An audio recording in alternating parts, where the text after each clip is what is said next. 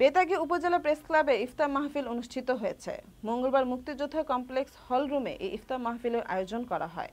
Press club সভাপতি রেজাল করিম নেসার খান এর সভাপতিত্বে ইফতার মাহফিলে প্রধান অতিথি হিসেবে উপস্থিত ছিলেন বেতাগী উপজেলা নির্বাহী কর্মকর্তা বশির গাজী। উক্ত অনুষ্ঠানে প্রধান বক্তা ছিলেন বিএনপির আহ্বায়ক জনাব হুমায়ুন কবির মল্লিক। বিশেষ অতিথি বেতাগী থানা অফিসার ইনচার্জ জনাব মনিরুজ্জামান মনি।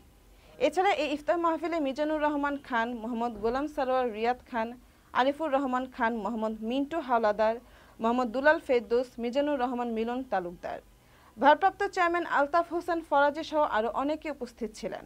উপজেলা প্রতিনিধি মোহাম্মদ জামাল হোসেন খান জানান, পবিত্র কোরআন মসজিদ থেকে তেলাওয়াত করেন ঐতিহাসিক তারা খান মসজিদের ইমাম ও খতিব আব্দুস সালাম।